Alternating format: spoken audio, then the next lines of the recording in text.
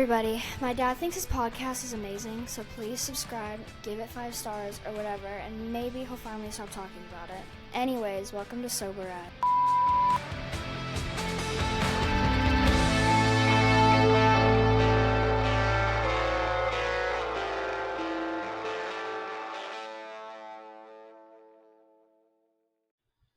Hey everybody, welcome back to the show. I'm Ryan, this is Jess. We are sober as fuck. Before we get to today's guest, Jessica's going to run over some trigger warnings for you. Yep, quick trigger warning. Like always, we talk about substance abuse, addiction, mental health, grief, eating disorders, all of the things, self-harm.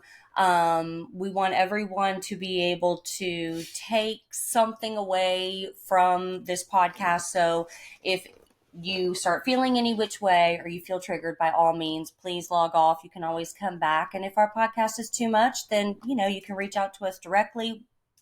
We're here for you. So if it's not benefiting you, then, it seems like a moot point. Mm-hmm. But assuming you stick around and assuming that you love it, make sure you like, comment, subscribe, share. Sharing is the biggest thing because we want to be there for everybody. Absolutely. Speaking of sharing, I know, right on my boobs. I got to move it up. But as you can see, and if you cannot see, look, I'm going to, I have a shirt on that says noon, and underneath it says new outlook on now. What is that, would you say? It is our new website. I am so fucking excited. I have been working on this on the down low for weeks. We have been working on it, but I built it. I love you so much, but this is my brainchild. You've done the heavy lifting. And I am so excited. It's up. We have resources for all sorts of things on there. We have a blog on there. Ryan and I posted our first blog. You can share your story and we will post it on the website. You can do it anonymously. You can leave your name, whatever you want to do. We have our merch on there. Yes, I'm going to be moving this logo up. Just bear with me. It's a work in progress. I'm learning, okay? Yes. But all of the things, and I'm so fucking excited. I'm sorry, I'm just really excited. Did I say I was excited? You're excited? I'm very excited. I'm also excited about our guest today. Yes, I am too. I'm extremely excited about this guest. Me too. We met through social media. Eric is a coach in many different things. He has his own website. He was a professional baseball player. He's also a movie producer, which is really cool. So I'm sure we're going to get into both of those things. But let's welcome today's guest, Eric Fischer. Hey, Eric. How you doing, buddy? Hello, everybody. Thank you for the warm introduction. I'm excited to be here and looking forward to, getting into really whatever you guys want to chat about. So. Yeah. We want to get into what you want to chat about. Right. This is your podcast. Right, we're the guests. All right, let's do it. So let's get into your story. I mean, kind of take me back and give us the details of everything that went on in your life. Why are you the way you are, Eric? That's right. Yeah, well, I'm one thing for sure, and I'm sober as fuck. There you go. Love it. Yeah. So that's that. Let's clear that up straight away. I played. I've lived 3 different lives, I'd say, looking back. So one was a professional athlete. I was with the White Sox and the Twins for roughly 8 years. I was drafted out of high school and had early success, right? So and I coach a lot of athletes on the performance side as well as, midlifers, let's say, going through what I went through and a lot of other folks. And, there's the late bloomer who gets the notoriety or the scholarships, the professional opportunities later on, let's say in college. I was somebody who that started earlier for me, around 12, 13 years old. And by 15, 16, I had general managers and agents, in my parents' living room. So I got drafted out of Moeller High School in Cincinnati, Ohio, and by the White Sox. And I signed, so I went into professional baseball and spent a number of years with the White Sox, and then I got what's called Rule 5 over to the Minnesota Twins. And throughout the 8-year span, I had 4 arm surgeries. And so when my career was over, I was 27. And I was like, what do I do? I was defined by this game, had very early success, kind of thrust it into the light, if you will. And Didn't really have a self-identity. Looking back, of course, I didn't realize that at the time. I was defined by the sport. And then I remember sitting on the trunk of my car in my parents' driveway one off season, my last off season, and the general manager of the Twins called me up. My agent called me before that, but he called me up and he said, like, look, we're not going to renew your contract. You need 2 more surgeries. So my career was done. And I had only wanted to do 2 things in my life, one of which was play professional baseball, which I accomplished. And then the other was to get into the movie industry in some capacity. And I had done some acting as a child, and then I grew, wasn't a fit for camera. And but at 27, I had an academic scholarship. And this is part of professional baseball. When you sign out of high school, Major League Baseball, and the affiliated team, in this case, the Chicago White Sox, they typically give the athlete a full ride scholarship to college to attend later on, which I took advantage of. I moved to Los Angeles and went to Cal State and got degrees in film production and media law. And I started, I was an actor on a couple shows and commercials and like shows like Cold Case and some movies and what have you. But I started producing and writing quite a bit. And so, 25 films later, 15 years, brought in a finance division as well, a hedge fund. And we were one division of our company was transactional, so lending on tax credits and senior debt. And then the other was on the creative side. And my brain, a film producer's brain kind of is fluid in the sense that you can be dangerous in both fields, right? So the nuts and bolts, the business, the financing, the distribution, the contract work, and then the creative as well, intimately working with the director and writer and actors and so forth. So my brain works that way. And alcohol was not an issue at this point, really. I mean, it was in my face all the time. And I would indulge, I would indulge, but I traded, looking back now that I'm sober, I traded one high octane industry for another, professional sports. And then, for lack of better framing, like professional entertainment. And my through line to this was I've owned 3 baseball facilities, 2 in Cincinnati, my hometown, and then 1 I was a partner out in South Pasadena, a suburb of LA. And so training a lot of athletes and parents and coaches and organizations to be the best they can be mentally and physically. And then shortly before COVID, I'd say like in 2018 or so, 3 things happened to me at the same time. And you don't know what you don't know until you have to face the obstacle that's staring you in the face and attack it head on. And so I was in a lawsuit from Paul Walker's last movie I had financed before he had passed away. So we're going back, to 2013 with this. So it was a 10-year lawsuit. And then we had 2 daughters, born out of in Los Angeles. And so we had the lawsuit, and then we had chosen to move back to Cincinnati to split time between LA, New York. I had an office in Manhattan, and on the move, I completely shattered a disc in my lower back, and unfortunately did not take action on it. I was too scared to have back surgery. And and then on the in-law side, extended family member disputes and borderline personality disorder and a lot of wicked natured activities were set upon my family with 2 young daughters. And I started drinking. To escape. That's what we do, right? It's not the alcohol or the cocaine or the porn or the gambling. That's not the issue. We're running from something that we either don't, so we can't see it, taste it, smell it, but it rests, that little devil rests on our shoulder. And if we don't address that, it'll address us in a tyrannical manner. And that's what happened to me. And I drank myself into the hospital and voluntarily took action to save my own life in a real way.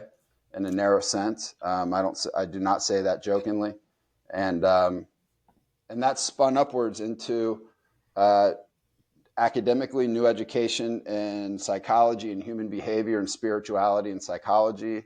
And I shifted my coaching focus into predominantly males who are struggling with similar issues that I've gone through in my life. So I still coach a lot of athletes, but I'm living my third life, I'd say, right now. So in a nutshell, 3-minute explanation, there it is. I love that though, because we live so many different lives within our, I'll say, human life. But a lot of people don't see it that way, because there's always this struggle between change and no change. Well, you're going to change, you're going to evolve, whether you give in to that notion or not. Something else that I really love that you say, because when you were struggling, Ryan, with alcohol, I talked to my brother a lot. I don't know how many of the other podcasts you've listened to, but my brother was in active addiction for 20 years and he got sober a little over 5 years ago, so before Ryan. And so I was talking to him and he would always say, Jess, alcohol or whatever, insert whatever it is here, it's a symptom of the problem. Yeah. It's not the issue itself. It is an issue within that. Oh, sorry. But it's not the issue itself. And for people to understand that, I think makes it a little more tangible. I was talking to someone about this the other day, that it's all under this umbrella of like a mental health awareness. And the thing about, and I know not everyone identifies with calling themselves an addict, but for lack of a better term for what I'm trying to use, like with addiction or struggle, that is the only subset where a substance can be removed. You deal with anxiety, depression, talking about more medical diagnoses like bipolar, schizophrenia, anything like that. There's not a substance that is sort of feeding into that. So when you are having issues specifically with substance, it's the only one you remove. But it doesn't mean like there's a bigger root to that. So I really like that you pointed that out. And I can tell just with the way that you talk about it, like with your coaching, I'm sure you push that a lot. I know a lot of people do, but other than like just getting sick, or maybe this wasn't for you, what really, really pushed you to say, I'm not fucking doing this anymore. Like this is going to destroy my life. Well,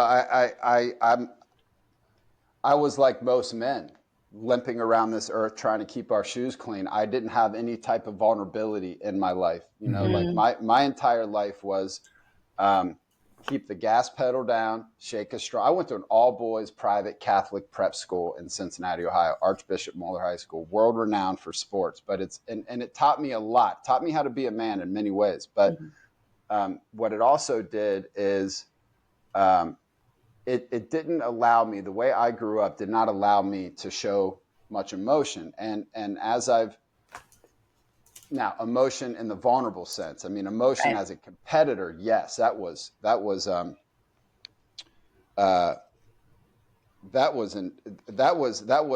the word I'm looking for? That was almost a prerequisite for going to that school, is keep the gas pedal down. If you cry, you're weak. Sleep when you're dead. Shake a firm hand. Look him in the eyes. If you're early, you're on time. If you're on time, you're late.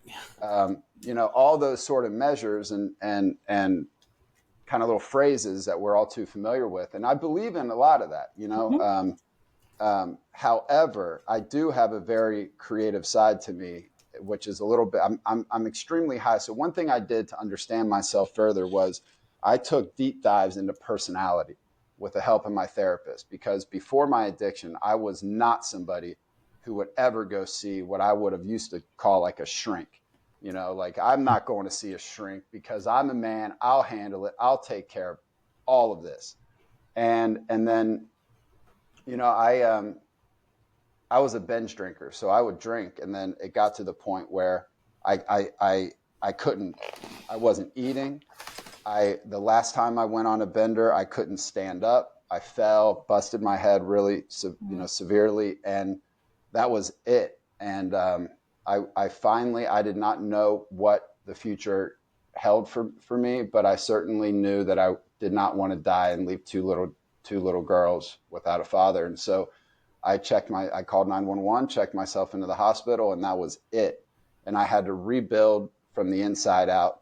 And looking back, it was hard, one thing I've learned from studying these psychologists like Carl Jung and Nietzsche and Jordan Peterson and, my God, Carl Rogers.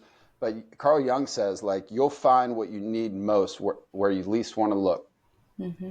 And I found that to be true. And I took that on voluntarily. And I found out what I needed most was exactly where I least wanted to look, which was inside me.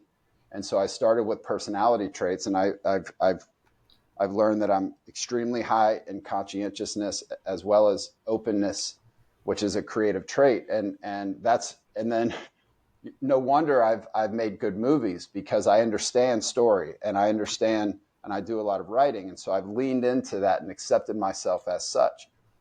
Because Brene Brown says, without vulnerability, there is no courage. And I believe that to be true as well. And so you learn these things, and then when you go into conversations with the assumption that the person you're speaking to might know something you don't, there's a curiosity to that. And that's perspective, not perception, which is more of a narrow and unilateral and subjective way to view the world.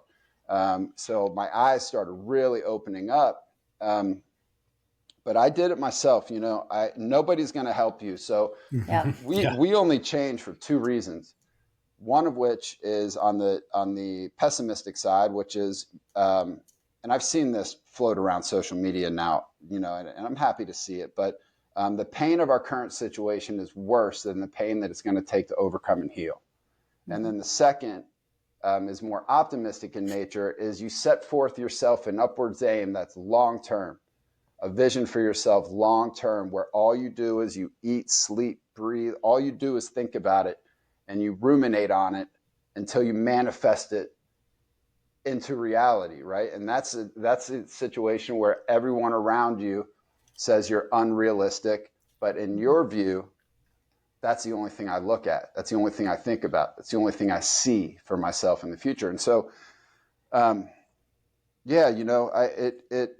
my rock bottom was, I view it as, I'm so grateful just to be alive. Mm-hmm. So I take every day with a prayer, a clean kitchen, a made bed, and one step out the door. Yeah. Mm-hmm. And I'm kind of revert back to when you talked about identity. I went through the same exact thing you did. Oh, yeah. And it's funny how once we met and started talking back and forth, how similar our paths were. I grew up around Cincinnati as well. I was in the Northern Kentucky area, but I was recruited by Moeller. I went to school there. I was there to play hockey. And instead of going there, I went and played junior hockey and went on to a different career.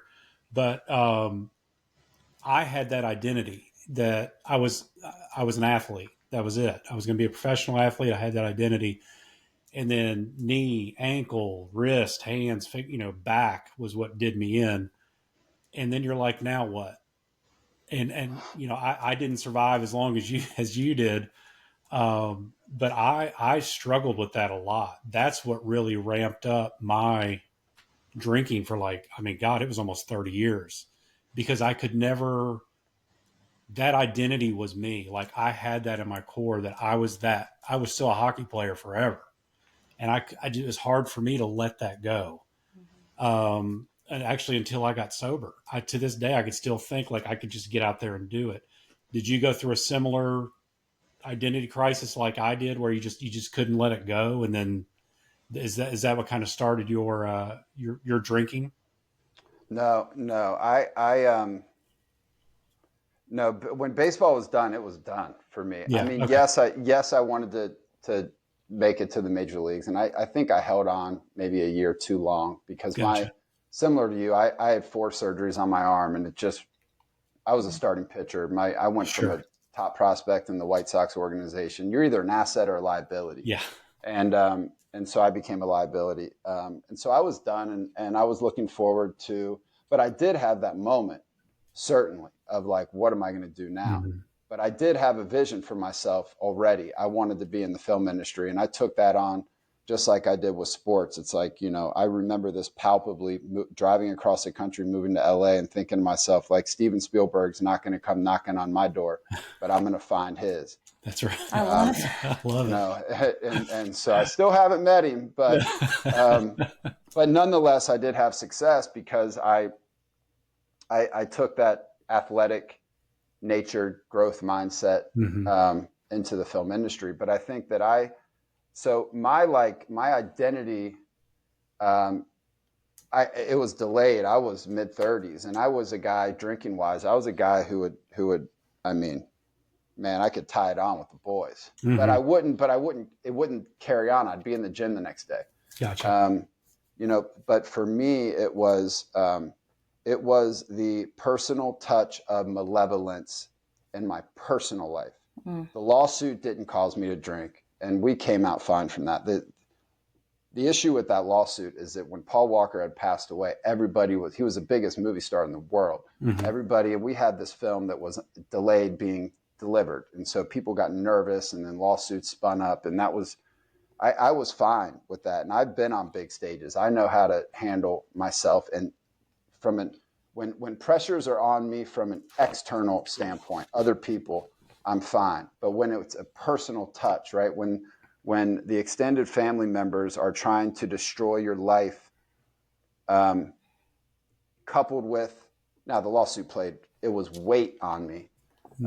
But it was the shattering my back, I couldn't walk, so I would drink to escape that physical pain. Right. And then inside my home with a little girl in diapers and a 3-year-old, and then a move to Cincinnati, I was unhappy. I was unhappy, and I didn't know how to defend it. I didn't have a partner who would support the walls up around our growing family. And, it was progressive. Like, I would just have an extra drink at night.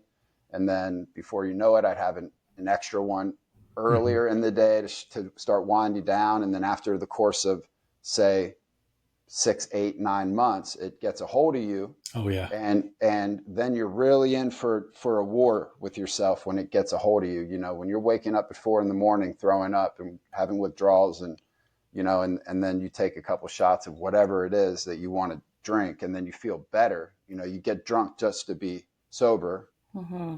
Little play on words there. You're not in a good place. So yeah.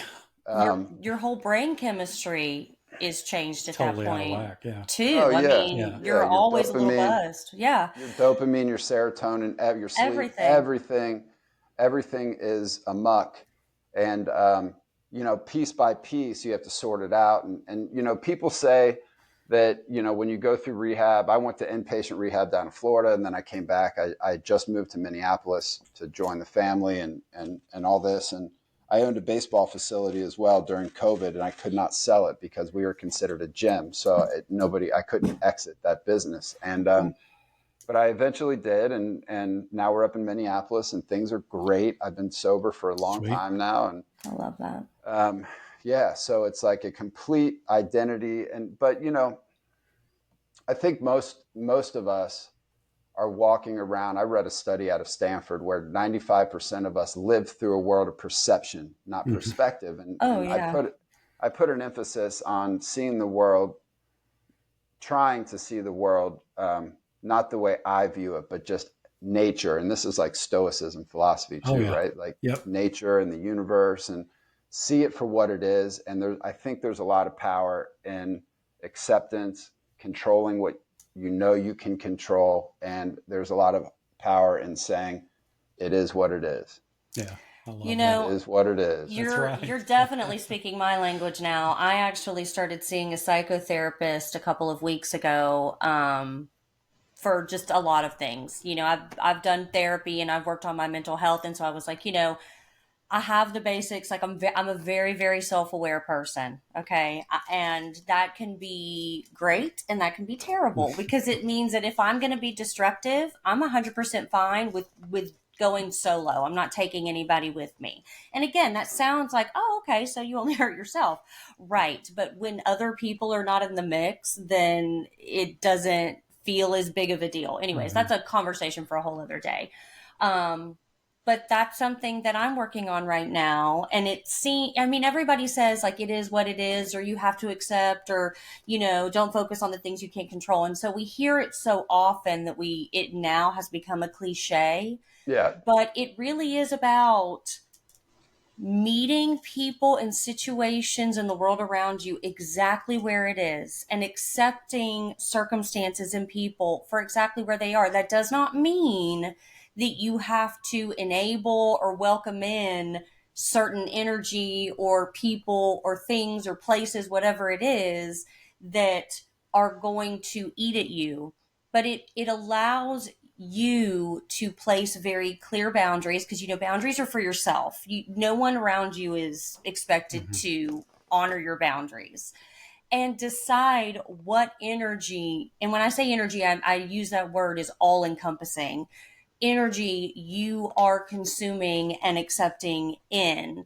And it's fucking hard, like, especially because I'm the same way. And this, as far as external forces that are not within my inner circle is what I call it. So the people who can really, really like, they affect you, right? Like they invoke an emotional response from you.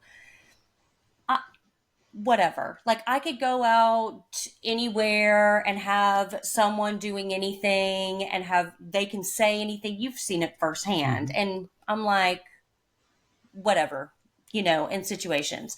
But when it's the inner circle, it's very difficult. And I'm still working on that too. Like there is a medium ground there between just blocking off and allowing in. And I hope I'm articulating this well. But in order to exist in that gray space in between, it takes more than just self-awareness and control and practice. It is so hard. And we've had family issues to affect our marriage and situations as well. Big time. And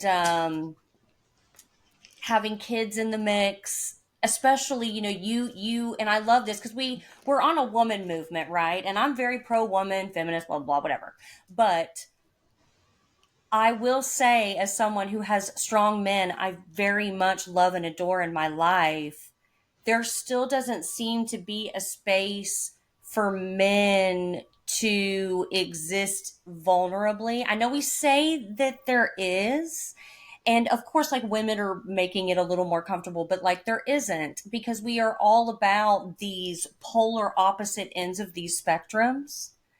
And so for you, I think there is a lot of similarity because you were taken out of your sport very quickly, non-consensually, right? So you weren't ready to move on. But one of the most powerful things that you said to me when we first met, and I'm sure you've heard this as well, Eric, is if you're feeling away, if something's bothering you, then you get out there on the fucking ice and you take it out there. You don't need to be crying and be whatever. Like you get out there and you take it out there. And I grew up in Christian schools. I actually went to an all-girls boarding school for prep school for high school. So I loved my experience, but we were raised very similarly that you have to look a certain way, you have to act a certain way, and it's very militant. And there are parts of that that I believe are very, very good for you, but everything in moderation. And it's the same thing there. Like you cannot allow your emotional state to overcome and allow you to like bypass your own boundaries, especially within your inner core.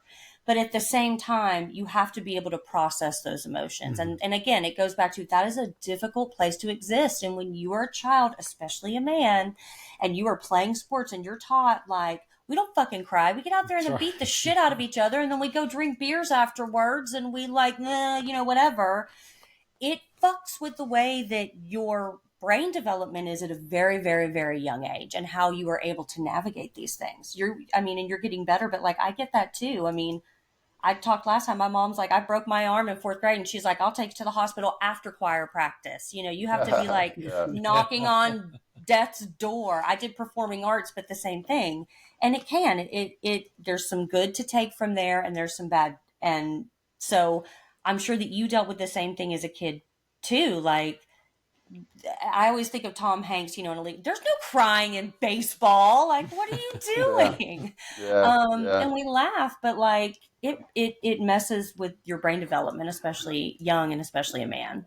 Yeah, your prefrontal cortex is not developed yet, and kids have a lot of willpower, and parents, unfortunately, strip it from them because they think they know best, and in many times they do. But they Operating also out of fear. Yeah, you've got to, yes, fear, and then people try to impose their dominance and their power upon somebody else, and that's why people fight. But I think that's interesting because we're right in the middle of this generational divide, and society is fractured right now because now these young boys are not allowed to compete because they're being too aggressive and they're unfair. Yeah. And, give a trophy to all and everything and that's else. not good either. No. So I think that when you deal with somebody who's struggling, you need it's a challenge. And back to your point, I think you're correct that men struggle to share even in the event of our own demise, like Tupac says in his book of poetry. And I think it's getting better. I'm seeing more men open up. I'm rather active on social media, and I do get a lot of private messages about men specifically who need somebody to speak to, whether it's just a coach or a mentor, coach, friend like myself, or something more therapeutic in nature, or they join a community or what have you. I mean, it's a challenge for men, I think, and it's a delicate balancing act. I think at the end of the day, it must start with the individual, because it's easy to love when things are easy. Yeah. And it's a challenge to love when the tornado and the clouds are and the rain and the turbulence, and you're stuck in this desert, metaphorically, not knowing which way is up or down and everything else. But you just need a tiny little speck of light to hold on to hope, to see yourself out of it. But it's a challenge. But there's also, life is most beautiful living in the gray, because we weren't here. We were not born as human beings to lay in our bed tucked underneath the covers and just indulge in all of our temporary lusts and pleasures. Hey, sometimes on a Sunday, Eric. I mean, I'm kidding. But you're right. We need the rest too, and the relaxation as well to recalibrate, readjust, reevaluate what it is that we're doing. But we were born to innovate and move, and that also create and pivot when it's not working, and find a new aim. Like there's a misconception with success. People think like, I'll be happy when, right? I'll be happy when I get the house, when I get the raise, when I get the trophy, when I get the bigger paycheck than the Mercedes and everything else. But we don't, because we get tired of whatever it is that we have, and we always want. Yep. As humans, we're always wanting. You get that Benz, great, good for you. In 6 months, when the oil's leaking, you're tired of it. You want a new one, right? And so I think it's important for people to identify their needs and wants. And I say this in a real way. Like, I had all the shit, like the BMWs and the this and the that and everything else. But I've come to learn that everything that we have in our life, no matter what it is, requires maintenance. And maintenance is a distraction for where I allocate my time. And most people view time as the most important asset. And I think that's subordinated to attention. Because if we're paying attention to what is most important in our life, that also means concurrently we're paying attention to time. And other people that think not just on one layer of conversation may debate that, and I would take that on.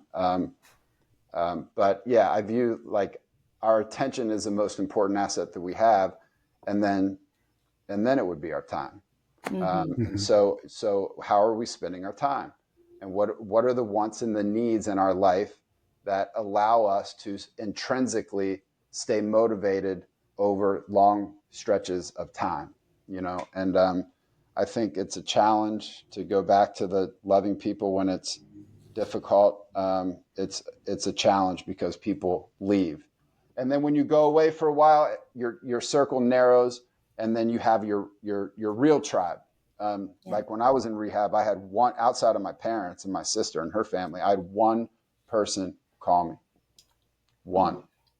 And it's not to say that the people in my life, the men who stood in my wedding, don't love me. I know they do. We've rekindled, but it's not their fight, and most people stay out of it. And so, yeah, I mean, I think that if anybody's struggling out there, it's the action. And I think that it's having the ability to change before it's too late is, I think, very special. And I have not been around anybody in recovery who leans into faith. Statistics show that, relapse occurs when we haven't done enough work, and it usually is tied to some sort of faith, spirituality, call it religion. I'm not in the game of titles and names. I'm in the game of like reading the Bible for the stories in and of themselves, and picking and choosing which lessons I want to integrate into my life at a human level. But yeah, taking action towards change is difficult, but it's necessary, whether you have an addiction or not. We can be so much better than we currently are. 100%. I 100% agree. Yeah. And I always say, like, you don't have to have a big story or a rock bottom, or like, our podcast, we have people who come on who are talking about very specific stories and specific things. But for me, I decided to quit drinking last summer. I have a ton of mental health issues. On my blog, I say like I should have some sort of honorary degree for all the acronyms I have after my name by now. But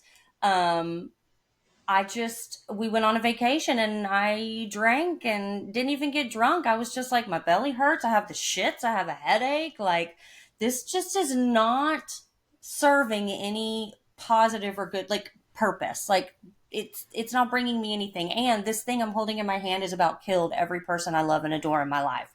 I don't want this anymore. And so I quit drinking. And for me, yes, giving up alcohol was easier because that's not the thing that I was struggling with. But I 100% agree. You don't have to have a diagnosis or I'm using air quotes here for people listening, a problem in order to wake up and go, I just want to do something better today. Mm-hmm. And, something that we try and tell people, because we are not coaches, we are not medical providers or anything like that, but we say, just try to make do one thing better today.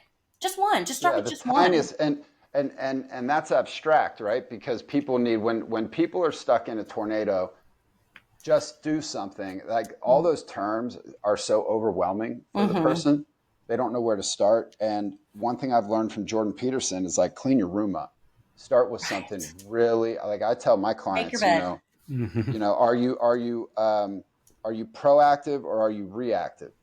And if you're proactive, you can, and you don't know where to start with something that you would actually do, something so small that you would actually do it. Because what happens is when we close the loop, and I'm finishing my first book on this, and I have a chapter called Close the Loop. And, we start something and we get 80%, and then we get distracted. Life is life is, challenging. We're always on the move. We're always busy. And so we don't complete the task. But what happens is when we close the loop all the way through, even on something really, really small, that satisfaction, the dopamine, the serotonin, it's a positive feedback loop, and it keeps us coming back for more. And there's a lot of humility in starting small as possible, because if we feel as though we can't pick the sock up in our bedroom and we walk over top of it, if every time we look at that sock, we know we need to pick it up, but we still step over top of it, that's our ego and our pride working on us, So there's a lot of humility in starting really, really small. And one thing that I say to people too, to help, if they're struggling with taking action and their brain is filled with procrastination and the burn in their chest, is make sure every evening your kitchen sink is clean. Make your bed every morning when you wake up. That's the first thing. And that's no mystery, a lot of people have heard make your bed, but it's true. That's closing the loop. That's closing the loop on everything you do. Another little hack that I find works well for people is make sure your shoes are clean. And I learned this in pro ball, is if your shoes are clean, your clothes are clean. And if your clothes are clean, you feel good. And when you feel good, you look good. And when you look good, you play good. And when you play good, they pay good. And so that's Deion Sanders right there. That's too. Right. I mean, it's like, and that shit is true. Yes. That is true. That's very true. Like if you think about this grooming, right? Keep your neck trimmed up. Make sure your belt matches your shoes. Make sure your fingernails are clean. Make sure your shoes are clean. Those are simple little things that empower us when we walk around, the world. We have 3 types of lives. We have public, private, and secret. Public life is where we operate most times, right? Because we're out in public. That's why you see these 16-year-old boys walking around with $150 kicks when they're broke. It's because they want to be perceived as, and we all live in a hierarchy. We all are status driven. We all want to have a status that we're okay with, inside of our community, which is inside of our city, which is inside of our state and inside of our country, and then inside of the world. So we're nestled in these hierarchies, and that's all the first hierarchy we should pay attention to is inside of our own home, our family. And so I think men also, when we feel tolerated and not appreciated inside of our own home, that's when trouble happens for that man over time. Because I when 100% agree. you feel tolerated. Yeah. I want to write a short story about the psychology of shoes, because I brought something up when I first started working on my mental health, and we'll wind down after this because I think this is a really good segue. But it was one of the tricks that I use, because I suffer from ADHD and product permanence and all those things. I mean, and I have been working on it for years. ADHD is a superpower. I'm ADHD too. I'm ADHD, OCD, all the things. So something I struggle with is that product permanence, and I'll leave things. But one of the first things I learned was when you get up in the morning, put on real shoes, like not house slippers, not, sandals, like shoes that you would walk out the door, because it tricks your brain into thinking we have something to do today. There's something to do, or put on real clothes, which for me could just be like leggings and a hoodie and a pair of sneakers. Yeah. That means my brain automatically is like, where are we going? The psychology of shoes. Yeah. Really. Well, the first thing I do is those little hacks, shoes on. Yeah. Yeah, those little hacks are true, and I think, I have a kind of a different view on mental health. I mean, now I say this broad stroking, like if you're borderline BPD, borderline personality disorder, which I now have intimate experience with, because of what I went through. But, mental health also can be categorized as something like, okay, we have the people that are closest to us, we have our community, and then we have a long-term vision for ourselves. When the 3 of those pieces intersect correctly and get glued together, we're organized in the world correctly. So long-term vision, the right community, and the right people, positive people, or people people who are you surround yourself with people who are already where you want to be. So that's also an upwards aim, right? And if you're surrounded by the people who are already where you want to be, as a consequence, you're probably in the right type of community as well. When those three things happen, our mental health is stabilized in many ways. Oh yeah, I would 100% agree with that. Yeah. So when your health and your mental health was not stabilized, we're going to bring the humor back into this podcast because we always like to end it with a laugh. And I'll let you segue into it if you want to. Yeah, that's fine. So what we always ask every guest is, digging deep back into your drinking days, give us just a funny ass story from whenever. Could involve you, could involve a friend. And if there's pee involved, it's even better. Because Has what involved? Pee involved? Because you got to laugh. Oh, like pee, like yeah. peeing in Good pee story. Peeing on something. Like peeing in your closet, thinking it was the bathroom. Yeah. What is up with that? My brother did that one time. He walked into my room in the middle of the night and peed in my laundry hamper and walked out. And I was like, "Are you fucking kidding me right now?" Yeah. Then you go right back into bed. Yeah. Yeah, that's pretty much it. Yeah. Yeah. So we always like to bring it back to that. Yeah, I was in psychosis and I had like 10 assistants. So I had an assistant for everything. I didn't even have to put my shoes on. I had a fake assistant doing it for me. What's your funniest story you think back? The funniest story you think back when you were drinking or a social event that like still to this day through all the bullshit you're like, that was embarrassing and so fucking funny. Because we all have them. Yeah. Oh yeah. Well, I guess I'd have to go back a little ways where we were in Tucson, Arizona at I think it was called the Cattle Ranch, this country bar. And I was just like two sheets to the wind, and they had a dance contest, and I took my shirt off and was dancing, and I won all this liquor. I won in front of all these people. Like, you won? Yeah. 6'5" white boy dancing in front of like 150 people. Yeah. Oh my goodness. Did you wake up the next day and you were like, I don't know if I should be proud or really embarrassed? Oh, I was embarrassed. Yeah, of course. That stayed with me. That stayed with me for a long time. But look, that's important because it's self-deprecating, and if you can't like to go back to the ego and the pride and the narcissism, and the fragility of the self-identity, the being with a capital B, however you want to frame it, like when you can joke around like that about your past experiences, drinking, drugs, whatever it is, there's a humility to it in a way, there's an acceptance to it of like that old Eric Fischer back there, like all those years ago, man, he was a real clown, but you learn from it, right? If you can laugh at it and joke about it, I think that I love that question that you put on your guest because, if everything is so serious all the time, they still have some more work to do. Oh yeah, 100%. And at the end of the day, it's the human experience. Yeah. We're all just trying to, even the people who aren't doing the work. I truly believe at the core of every person is good. There are very, very, very few like what I would categorize as evil or bad people, like 0.0000001, and probably less than that.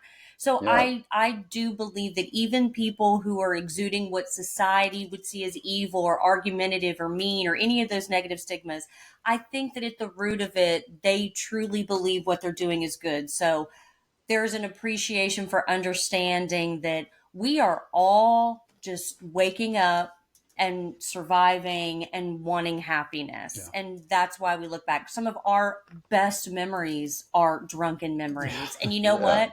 There's space to hold that and not feel ashamed of that and laugh and still appreciate and also understand that we don't exist there anymore. And that's good too. And we have that question because it's part of you, right? Like those drunken stories are part of you and they're fucking hilarious. Yeah. Are you kidding?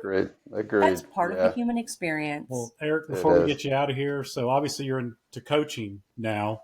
You got your website and everything. Go ahead and plug what you want to. And how did you get into coaching, by the way? I've been coaching since I've been 21, and it's just progressed. And I'm 45 right now, so it's progressed. It was hyper targeted, and still is in a way on baseball male athletes, the mental side of the game. So I love that. habits and routines and visualization and pre-game, post-game type work, and from nutrition and exercise, et cetera. But then through my addiction, through my own, alcohol experiences, that's transitioned into the adult, I'd say, the high performer, entrepreneur, achiever who's needing to change. My website's my full name, Eric Mark Fischer, last name FISCHER.com. You can just Google that. I mean, it's the same name, Eric Mark Fischer, on all the social platforms. Everything, yeah. So there it is. love it. Yeah. Awesome. Well, Eric, thanks so Thank much, you buddy. so It's much. Been great great to get you know you even more, and I'm sure our paths are going to cross many more times. Heck Yeah, they will. Yeah. Well, thank you guys for having me on. Thank you. All right. Thank you. Thanks, Eric. See you later. Bye. All right. Have a good one.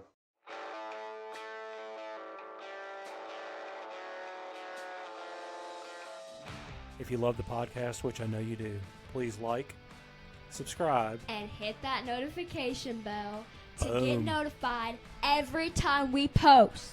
That's right. Dropping them, baby.